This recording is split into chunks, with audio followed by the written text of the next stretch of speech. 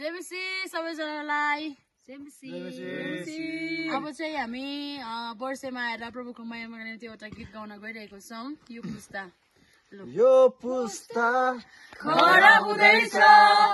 आत्माको संसारमा हलचल हुँदैछ यो पुस्ता खडा हुँदैछ आत्माको संसारमा हलचल हुँदैछ यो पुस्ताले आराधना गर्न जीवन बढ्दैछ यो पुस्ताले आराधना गर्न